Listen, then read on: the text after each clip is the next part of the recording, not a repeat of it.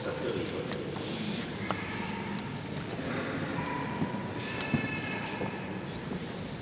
Une misère collective en France quand la loi votée par nos élus s'éloigne de la loi naturelle.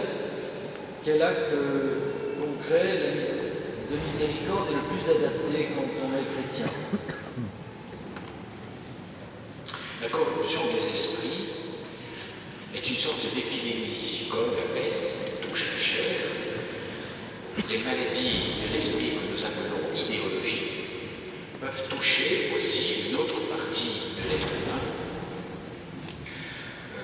en sachant qu'elles ne sont pas moins pernicieuses et que nous ne choisissons pas d'attraper la peste, pour dire les choses effectivement, voilà. Ne soyons pas juges de ceux qui ont attrapé la peste parce qu'ils ont été proches de certaines personnes qui avaient la peste.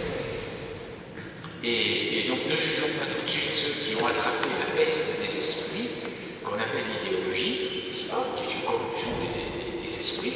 Voilà. Mais aimons-les. C'est pour ça que j'ai insisté, si vous voulez, sur ce premier sentiment du cœur qui doit habiter le chrétien, soit qu'il agisse en tant que chrétien, par exemple à la messe, il fait monter vers le Seigneur une grande prière qui vient de la profondeur de son cœur, soit qu'il agisse en chrétien, par exemple dans la politique. Alors, la corruption des esprits, due à l'idéologie, en France on a de la chance parce que on a plusieurs, on a de la chance, si vous voulez, la peste croise le choléra. Comme ça, je ne vais pas vous faire toutes les analyses, l'un que d'autres, philosophes au fond. Bien, c'est pas si neuf que ça, hein. Il y a des choses qui sont anciennes, hein. Voilà. Mais c'est comme pareil, il y a des petits foyers, et puis un jour, il y a un explorateur qui croise ce petit foyer au fond de l'Afrique, et puis après ça se répand partout. Bon. Alors, tout ensuite dépend de la façon dont vous voulez vous engager. Je vous demande de vérifier la compassion pour la patrie, par exemple, ou pour votre famille, ou pour le monde. À partir de là, vous pouvez agir. Votre sentiment, il est pur. Il ne sera pas marqué de revendications individualistes, corporatistes. À la limite, vous serez comme Jésus, vous allez vous oublier, et le mouvement qui va vous pousser à vous engager dans l'éducation, par exemple, en politique, par exemple, c'est ce mouvement-là que je veux que vous vérifiez. Est-il, comme, selon l'expression de Simone Veil, absolument pur? Ensuite, eh bien, il y a 50 lieux pour s'engager, où vous allez pouvoir travailler en chrétien, dans un monde qui a ses lois. D'accord? De même qu'il y a des lois physiques, il y a des lois sociales, et puis il y a des lois légales. Des lois sociales, voilà, les foules bougent dans un certain sens. Voilà. Donc, l'ignorance de ces lois est tragique, mais vous empêchera de vous engager. Quelqu'un qui voudrait être tailleur de pierre et qui n'a pas compris les lois de gravité ou de consistance de la matière, c'est pas la peine, hein, il rêve. Fais donc ta sculpture sur ordinateur, et c'est tout, hein, reste dans le virtuel. Pareil, si vous voulez vous engager, par exemple, dans le monde de l'éducation, qui est un lieu de formation des esprits, enfin, de conformation des esprits. Il y a des mauvaises langues, peut-être parmi nous, non, à l'extérieur de l'Église, qui pourraient parler de déformation des esprits. Donc, bien entendu, c'est un lieu premier, par exemple, pour lutter contre les pourritures de l'esprit. De même que si vous voulez lutter contre le paludisme, engagez-vous, si vous êtes jeune, devenez étudiant en médecine, chercheur, et allez-y, travaillez. Mais que vous soyez chrétien ne changera pas vos méthodes d'expérimentation. Par contre, vous ferez habiter par une conviction particulière. N'est-ce pas? Voilà. Et de même, voilà. Alors, il y a des lieux aujourd'hui privilégiés, vous pardonnez, c'est évident, hein, j'enfonce les portes ouvertes, contre la corruption des esprits. Il y a deux façons d'agir dans le monde de l'éducation. Et dans le monde qui diffuse les informations ou qui donne les formes sociales, c'est dans le monde des médias et le monde politique. Autre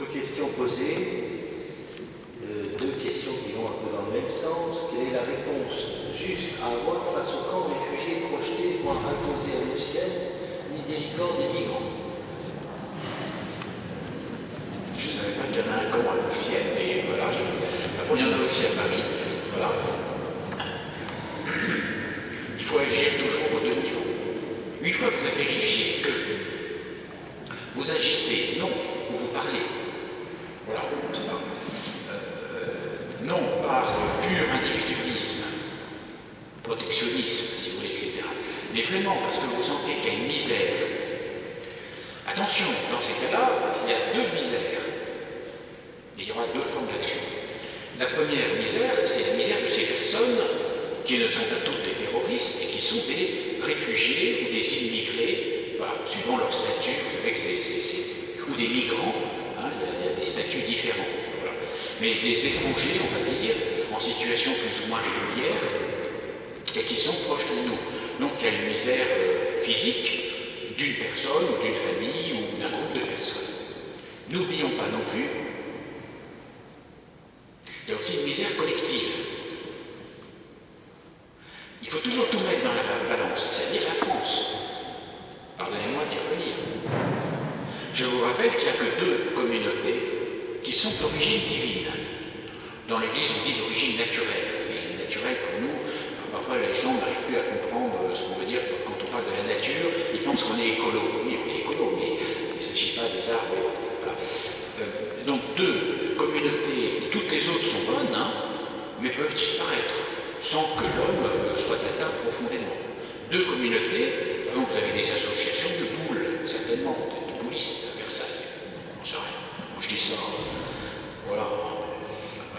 Elles pourraient disparaître, et puis vous feriez autre chose. Voilà, du volleyball, ou je ne sais quoi, du golf. Voilà. C'est la famille et c'est la patrie. Hein, c'est la nation. Hein. Revenez tout simplement à la Gaudium Express, hein, enfin, à notre doctrine sociale de l'Église. Hein, tout ça n'est pas très malin. Voilà. L'ambition d'être malin.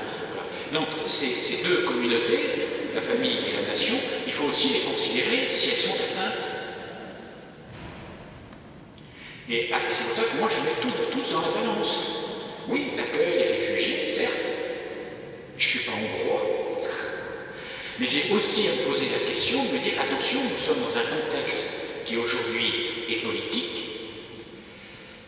Oui, clairement, quand je parle de guerre, je fais de la politique, n'est-ce pas? Et que dans ce contexte-là, la France aussi est une réalité qui peut souffrir collectivement. Voilà, il faut toujours tout considérer. De même, quand vous, en tant que papa, maman, grand-père, je ne sais pas, ou chef d'entreprise, vous êtes obligé de faire des arbitrages. D'accord? Oui, on posait un jour une question, les chefs d'entreprise, en disant, quand il y a quelqu'un qui ne fait rien dans mon entreprise, il n'était pas chef de service, c'était pas un fonctionnaire. D'accord, bon. Et bien, qu'est-ce qu'on doit faire?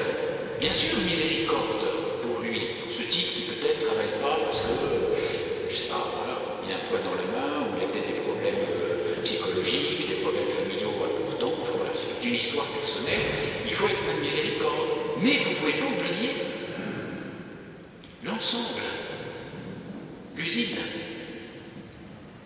qui peut-être à cause de lui ou à cause de l'exemple qu'il va fournir à d'autres qui ne peuvent rien faire, va basculer, déposer son bilan, et finalement ça fera 100 personnes qui seront au chômage.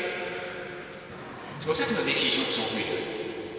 Donc aujourd'hui, quand on pose la question de l'immigration, hein, plus ou moins contrôlée, voire pas du tout contrôlée, etc., outre la question réelle qu'il y a dans ces immigrés des gens qui ne sont pas des réfugiés mais qui sont des terroristes, nous le savons, ce n'est pas du tout la majorité, mais il y en a, donc il y a une vigilance particulière. Nous avons toujours à mettre leur misère, et donc la miséricorde que nous devons avoir pour eux, en face d'autres misères ou d'autres biens que nous avons à garder, conserver aussi. Une dernière petite question, malheureusement on ne peut pas les lire toutes.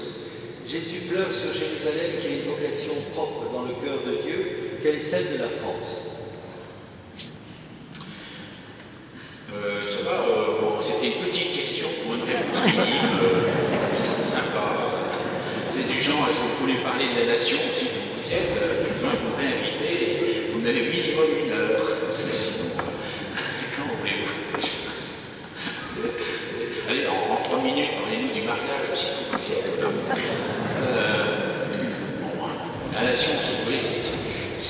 c'est une réflexion, pas simplement philosophique ni politique, c'est une réflexion théologique. C'est ce dont j'aimerais que vous soyez persuadés. D'accord ? Jésus ne dit pas de tous les hommes, faites des disciples, mais de toutes les nations.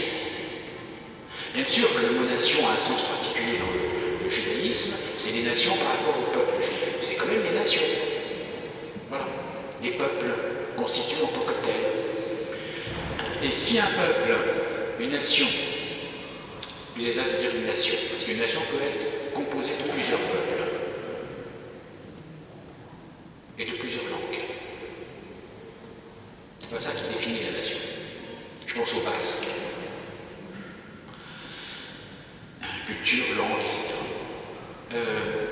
Si la nation n'a pas de vocation, alors ce n'est pas du patriotisme, c'est du nationalisme qui habitera votre cœur. Est-ce que vous comprenez la logique? Vous existez en tant que personne, mais vous vous comportez comme un individu individualiste et égocentré. C'est pas mal, hein? On a plein de figures, chacun de nous. À partir du moment où vous n'avez pas compris que vous existez pour les autres et pour quelqu'un. Alors là, oui, là, c'est tout l'aspect personnel en vous, transcendant la dimension de service, d'existence pour les autres. Donc, il vous faut trouver votre vocation personnelle dans le monde. Sinon, vous allez avoir une vie soi-disant personnelle qui ne sera qu'individualiste. Et au nom de la philosophie, de tout ce que vous voulez, vous allez renforcer encore votre individu. De même, la France. La question qui m'est posée, c'est, oui, je vais très très vite, cette nation qui est la France, nous avons aujourd'hui, en fait, à la redécouvrir à tâtons. Pour plusieurs raisons, dont l'une historique. On sait bien mieux en France ce que c'est que l'État français, que la France, la nation. C'est l'histoire. Donc on peut faire beaucoup d'emphase, mais ce qui est certain, c'est qu'un des enjeux de cette prochaine génération, 30 ans, sera de comprendre déjà que la France, ce n'est pas d'abord l'État français, ni la République française. C'est un système politique. L'État est nécessaire, mais il ne s'identifie pas avec la nation. Tant mieux pour vous, hein, 30 secondes. Par exemple, les États-Unis, ça forme une nation avec combien d'États? Vous voyez? C'est pas la même chose du tout. Et de comprendre à ce moment-là quel est le destin commun de la France au cœur du concert des nations. Puisque vous ne pouvez pas vous comprendre en dehors de ceux qui sont autour de vous que vous allez servir dans votre vocation, votre charisme, pas plus la France. Donc je ne vous ai pas donné à quoi sert la France, mais j'aime trop la France pour le papier.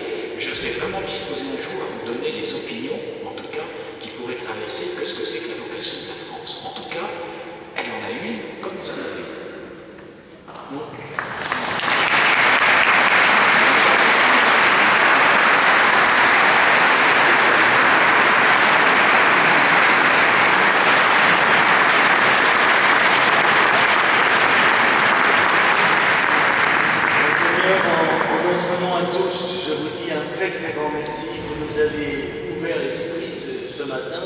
Et je reconnais humblement, je dois le dire, et m'en confesser, c'est que nous n'avions pas ouvert ce pan de la miséricorde sur le monde et cette dimension collective que vous nous avez fait découvrir peut-être d'une manière beaucoup plus forte.